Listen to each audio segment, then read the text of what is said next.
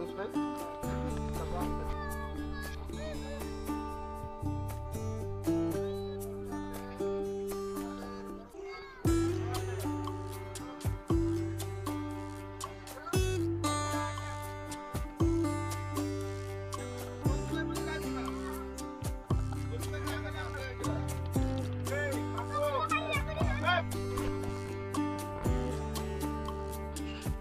ভাই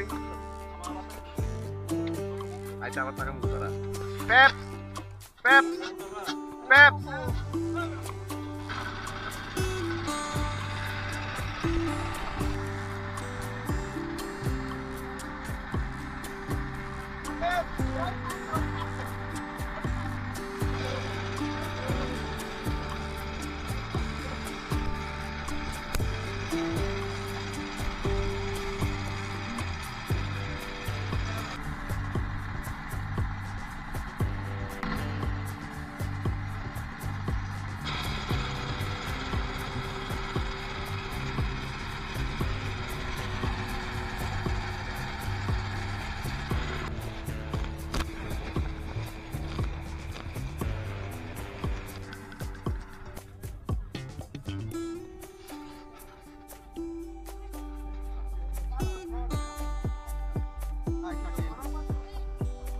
কই খেলবি ফুটবল গাই খেতে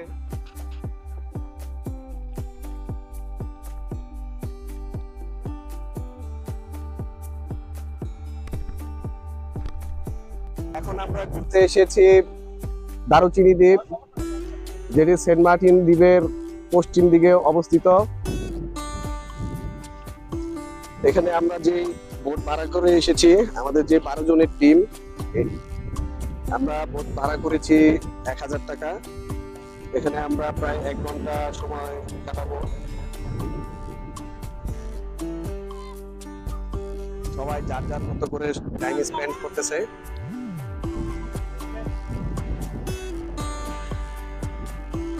দারুচিনি দ্বীপে এসে যার একটি সুন্দর শামুক পেয়েছি, এটা আসলে খুঁজে পাইনি, এখানকারই এক ছোট ছেলের থেকে নিয়েছি।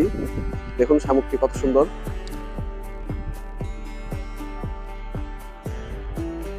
এটি একটি মরা শামুক।